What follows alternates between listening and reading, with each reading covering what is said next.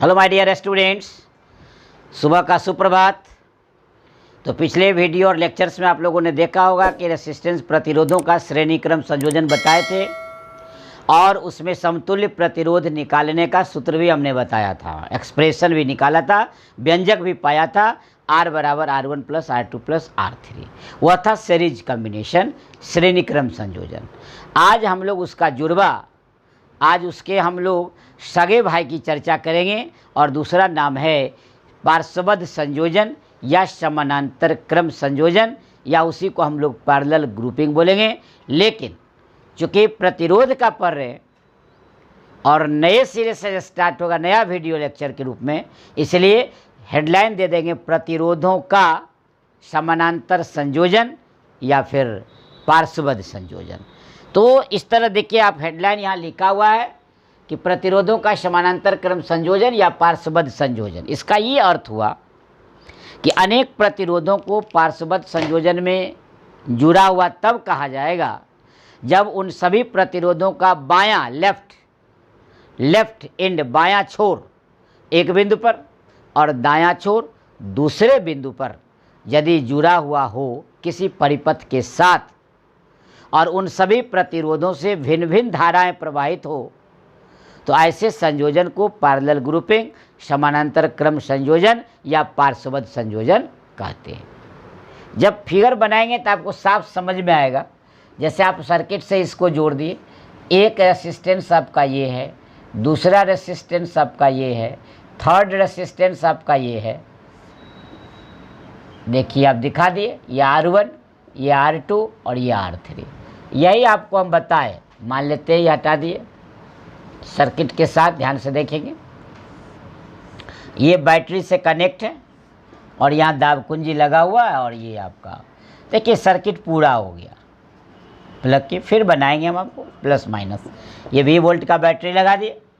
देखिए यहाँ से करंट पास किया है, यहाँ आया, ये तीन खंड में बट गया, एक I1, दूसरा I2 और थर्ड I3। देखिए यहाँ से बैटरी से करंट निकला तो विद्युत धारा I यहाँ तक तो पहुँची, लेकिन यहाँ आने के बाद ये तीन खंडों में बट गया, ये R1, R2, R3। यही हम बताए थे कि अनेक प्रतिरोधों को समानांतर क्रम संयोजन में जुड़ा हुआ तब कहते हैं जब उन सभी प्रतिरोधों का बायां, देखिए लेफ्ट एंड एक पॉइंट यानी A पर तथा दायां राइट एंड दूसरे पॉइंट पर यदि संयोजित है और उन सभी प्रतिरोधों से अलग अलग धारा I1, I2, I3 प्रवाहित हो रही है, तो ऐसे संयोजन को बोलते हैं समानांतर क्रम संयोजन या पार्श्वबद्ध संयोजन। अंग्रेजी में एक नाम पैरेलल ग्रुपिंग ऑफ रेसिस्टेंस। देखने से ही क्लियर बुझा रहा है कि ये पैरेलल टू ईच अदर है, एक दूसरे के समानांतर है, इसलिए इसका नाम समानांतर क्रम संयोजन पड़ा, पार्श्वबद्ध संयोजन पड़ा। ये परिभाषा हुआ। मेन बात परिभाषा में क्या हुआ, हर प्रतिरोधों का लेफ्ट एंड एक पॉइंट पर, राइट एंड दूसरे पॉइंट पर, बायां छोर एक बिंदु पर, दायां छोर दूसरे बिंदु पर, और तब एक परिपथ से जुड़ा हुआ रहेगा। साथ ही उन प्रतिरोधों से अलग अलग अमाउंट की धारा, देखिए I1, I2, I3, ये तीनों को समअप करेंगे तो I हो जाएगा। तो अलग अलग धारा प्रवाहित होती है, तो ऐसे संयोजन को बोलते हैं आप समानांतर क्रम संयोजन या पार्श्वबद्ध संयोजन। अब बात उठती है कि इसका समतुल्य प्रतिरोध कैसे निकालेंगे। तो समतुल्य प्रतिरोध निकालने के लिए आपको RP निकालना है, व्हाट, यानी पैरेलल कनेक्शन में जुड़ा हुआ है। तब आपको याद होगा कि इसमें 1/R1, 1/R2 और 1/R3 निकालेंगे, रेसिप्रोकल निकालेंगे। क्योंकि सीरीज में हम लोग R1 plus R2 plus R3 था और यहाँ 1/R, यही R देख रहे हैं, यही आपका समतुल्य प्रतिरोध है। इसी का नेट रेसिस्टेंस कहिए, इफेक्टिव कहिए, परिणामी कहिए, समतुल्य कहिए, इक्विवेलेंट कहिए। तो यही RP का वैल्यू निकालना आपको। 1/R1, 1/R2, 1/R3, 3 है इसीलिए, 4 रहता था 4, 5 रहता था 5, 6 रहता था 6, N रहता तो N, लेकिन जनरली हम लोग 3 लेकर चलते, इसलिए। अब देखिए कैसे निकालेंगे। अभी आपने क्या कहा कि ये धारा I 3 भाग में बट गई, तो देखिए I is equal to I1, I2 और I3 बट गया, सही बात है। अब हम लोग ओम का नियम लागू कर देंगे। और ओम के नियम से R1 के बीच कितनी धारा प्रवाहित होगी? तो देखिए, यानी R1 के बीच करंट I1 क्या होगा? ओम के नियम से V/R1, तो VA minus VB bye R1। इस पॉइंट पर का विभव और इस पॉइंट पर का विभव, दोनों के बीच विभवांतर VA माइनस VB बटा R1। क्लियर हो गया? यानी आप पहले से जानते हैं ओम का नियम होता है V बराबर IR, तो I बराबर V/R। ये V क्या है? पोटेंशियल डिफरेंस है, विभवांतर है। R क्या है? प्रतिरोध है। तो इसीलिए VA minus VB by R1 दे दिए, यानी विभवांतर बाय प्रतिरोध हो गया R1 के लिए। इसी तरह R2 जब लेंगे तब I2 क्या होगा? VA minus VB divided by R2 हो जाएगा। जब आप R3 के क्रॉस लेंगे तब क्या होगा? I3 VA minus VB bye R3 हो गया। अब हम लोग क्या करेंगे? 2, 3, 4 का वैल्यू ले जाके 1 में रख देंगे। तो देखिए, फ्रॉम 1, 2, 3 एंड 4, यानी 1, 2, 3, 4 से मदद से ले आते हैं। देखिए I इज इक्वल टू, इसमें देखिए VA minus VB, VA minus VB, VA minus VB तीनों में कॉमन है। तो हम लोग क्या करेंगे? VA अब माइनस VB को कॉमन ले लेंगे और 1/R1, 1/R2 और 1/R3 आराम से लिखा गया। ये हो गया इक्वेशन नंबर 5। अब क्या जानना है? हम कहते हैं कि R1, R2, R3 के बदला अकेला कोई प्रतिरोध हो जो समतुल्य प्रतिरोध के नाम से जाना जाएगा, इक्विवेलेंट रेसिस्टेंस के नाम से जाना जाएगा। तो वैसी स्थिति में क्या होगा? न्यू फिगर तो आपको इस तरह से बनेंगे, ये अकेले R, ये आपका A रहेगा ही और ये आपका B रहेगा ही। बाकी सर्किट से जुड़ा हुआ ये करंट I फ्लो करेगा ही। ये जो आपका सर्किट है ये तो अपने जगह पर रहेगा ही इस तरह आपका। तो ये आपका E और B रह गया, देख लीजिए ध्यान से। तो ऐसी स्थिति में क्या हो जाएगा? Current I VA minus VB by सीधे R। अब 5 और 6 को कंपेयर कर दीजिए। फ्रॉम इक्वेशन 5 एंड 6 क्या हो गया? VA minus VB by R, इधर VA माइनस VB कॉमन हो गया, 1/R1, 1/R2 और 1/R3। ये कैंसिल आउट, देखिए निकल गया। 1/R is equal to 1/R1, 1/R2 और 1/R3।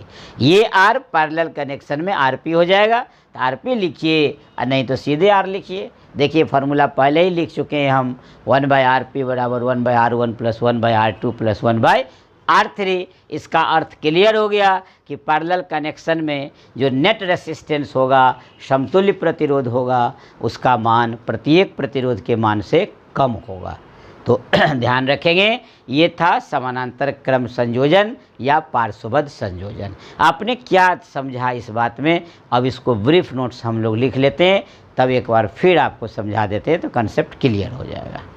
तो अब हम लोग समानांतर क्रम संयोजन का ब्रीफ नोट्स के रूप में इसको लिखते हैं, ताकि 5 मार्क्स का क्वेश्चन यदि बोर्ड एग्जाम में आता हो और हम इसको लिखें तो 5 में 5 आउट ऑफ 5 मार्क्स कैसे गेट करें, कैसे प्राप्त करें, कैसे स्कोर करें। इसके लिए हम लोग एक नोट्स के रूप में इसको लिख दिया। अभी जो समझाए थे हम, देखिए स्पष्ट लिखा हुआ है कि अनेक प्रतिरोधों को समानांतर क्रम संयोजन में जुड़ा हुआ तब कहा जाएगा जब उन सभी प्रतिरोधों का बायां छोर एक बिंदु पर यानी A पर देख रहे हैं आप, तथा दायां छोर दूसरे बिंदु B पर, और उन प्रतिरोधों से अलग अलग विद्युत धारा देखिए I1, I2 और I3 पास कर रहा है। तो ऐसे संयोजन को समानांतर क्रम संयोजन और या पार्श्वबद्ध संयोजन कहा जाता है। अब हम लोग हेडलाइन दे दिए, रेड देख रहे हैं आप, रेड बोल्ड फेस में R1, R2 और R3 प्रतिरोधों का समतुल्य प्रतिरोध ज्ञात करना। यही हेडलाइन क्वेश्चन बन के आएगा, कहेगा कि R1, R2, R3 प्रतिरोधों का समतुल्य प्रतिरोध ज्ञात करें। तो आप आराम से माना कि R1, R2, R3 तीन प्रतिरोध हैं, देख रहे होंगे आप, जो समानांतर क्रम संयोजन में संयोजित है। दाब कुंजी दबाते हैं आप, बैटरी से धारा निकलती है I, जो 3 भाग में बढ़ जाती है I1, I2, I3, इसलिए हमने लिख दिया कि I बराबर I1 plus I2 plus I3। देख रहे होंगे आप, स्पष्ट लिखा हुआ है, दबाकर बैटरी से धारा प्रवाहित की जाती है जो क्रमशः I1, I2, I3 में विभक्त हो जाती है। I बराबर I1 plus I2 plus I3। अब हम लोग क्या करेंगे, ओम का नियम लगा देंगे। ओम का नियम अभी समझाए थे हम आपको, V बराबर IR, I बराबर V बाई R। V क्या है, विभवांतर है, R क्या है, उसके बीच का प्रतिरोध है चालक का, और I पे पाने वाली विद्युत धारा है। तो देखिए स्पष्ट है कि R1 का विभवांतर कितना होगा, VA माइनस VB, R2 का भी वही होगा, VA माइनस VB, R3 का भी वही होगा, VA माइनस VB। एक बात मैं यहाँ स्पष्ट कर देना चाहता हूँ, कोई आदमी VB minus VA, VB minus VA, VB minus VA लिखता है, कोई बात नहीं है, उसकी भी समरूपता वही आएगी। बाद में वो VB minus VA, VB minus VA, तो उसका भी कैंसिल हो जाएगा। क्लियर। हम लोग यहाँ सामान्य रूप से लेने के लिए VA माइनस VB लिख दिया। अब देखिए R1 के बीच प्रवाहित होने वाली धारा I V बाई R, इसलिए स्पष्ट करके लिख दिया हम VA minus VB by R। R के जगह R1, फिर R2 के जगह यहाँ देखिए R3 अपना जगह पर, तीनों मान लिखा गया। तीनों को हम लोग क्या किए, 1 में भर दिए। जो सामने यहाँ 5 दिख रहा होगा, आपने यूज कर लिया, ये बाहर कर लिया, ये कॉमन करके लिख दिए। अब यदि तीनों का समतुल्य निकालना है, इक्विवेलेंट निकालना है, तो मान लेते हैं R1 और R2, R3, ये तीनों के बदला अकेला कोई R हो जाए। यहाँ देख सकते हैं आप फिगर में, ये अकेला R दिखा रहा है, धारा वही I प्रवाहित होगी। तब क्या होगा, ओम के नियम से, तो I बराबर V बाई R। दोनों को कैंसिल आउट कर दिए, निकल गया। यही R आपका पैरेलल कनेक्शन में, समानांतर क्रम संयोजन में समतुल्य प्रतिरोध का मान देगा, यानी R। अब देखिए रेसिप्रोकल है, ये व्युत्क्रम है, ये तो नेचुरली है कि ये प्रत्येक प्रतिरोध से इसका मान कम होगा। यही बात यहाँ लिख दिए हैं, समानांतर क्रम संयोजन में समतुल्य प्रतिरोध का मान प्रत्येक प्रतिरोध से कम होगा। दूसरा है कि यदि समान मान R के n प्रतिरोध समानांतर क्रम संयोजन में जुड़ा हो, तो समतुल्य प्रतिरोध Rp बराबर NR होगा। ये आपका क्लियर कट हो गया। सवाल बनाने में इसका व्यापक उपयोग होगा। मान के चलिए कि 2 ही प्रतिरोध दिया न्यूमेरिकल में, R1 और R2, और तब पैरेलल में कहता है कनेक्ट करिए, और तब कहता है उसका रिजल्टेंट इक्विवेलेंट समतुल्य प्रतिरोध क्या होगा। तो डायरेक्ट याद रखिएगा फॉर्मूला, R1 इंटू R2 बटा R1 प्लस R2। यहाँ पर जैसे कहने का मतलब, थर्ड में मेरा ये कहने का मतलब है कि यदि R1 एंड R2 समांतर क्रम में संयोजित है, तो R क्या होगा, R1 गुने R2 divided by R1 plus R2। ये याद रखेंगे, डायरेक्ट लिख दिया ऑब्जेक्टिव के लिए। 2 गो रेसिस्टेंस दे दिया, दोनों को ऊपर में गुना कर देंगे और दोनों को नीचा में जोड़ के डिवाइड कर देंगे, तो ये आपका रिजल्टेंट का वैल्यू आ जाएगा। ये आपका तब संभव है जब ये पैरेलल कनेक्शन में होगा। ध्यान रखेंगे, ये ऑब्जेक्टिव मोस्ट इम्पोर्टेंट है, आपको काम आएगा, बना लेंगे। इस तरह आपने देख लिया। अब हम लोग दोनों पर आधारित मिक्सअप प्रॉब्लम नेक्स्ट लेक्चर में आपको बताएंगे। तब तक के लिए आपसे लेते हैं सो विदा।